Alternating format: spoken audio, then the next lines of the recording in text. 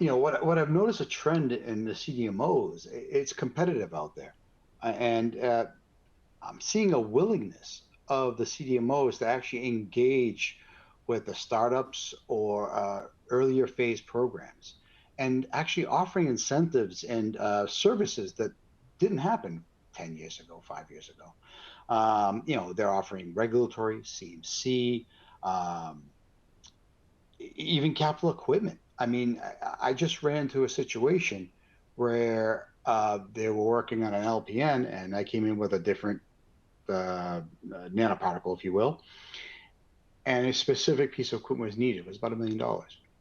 That CDMO was willing to purchase it and put it on the back end to pay it back. And a lot of this happens because you got to get them excited. So I pitched a company, got them excited about the science. They felt involved, and they were willing to help, and they became a partner.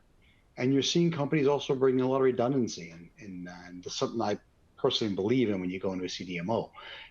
So if something goes wrong, you got a backup, and they're willing to be full service. They want to get you from start to development, formulation selection, all the way to commercial, because nobody wants to do a tech transfer, if you don't have to. So if you can pick the right one and keep them, that's the best way to go. But that's what I'm seeing. I'm seeing them catering more to getting you in early and trying to keep you.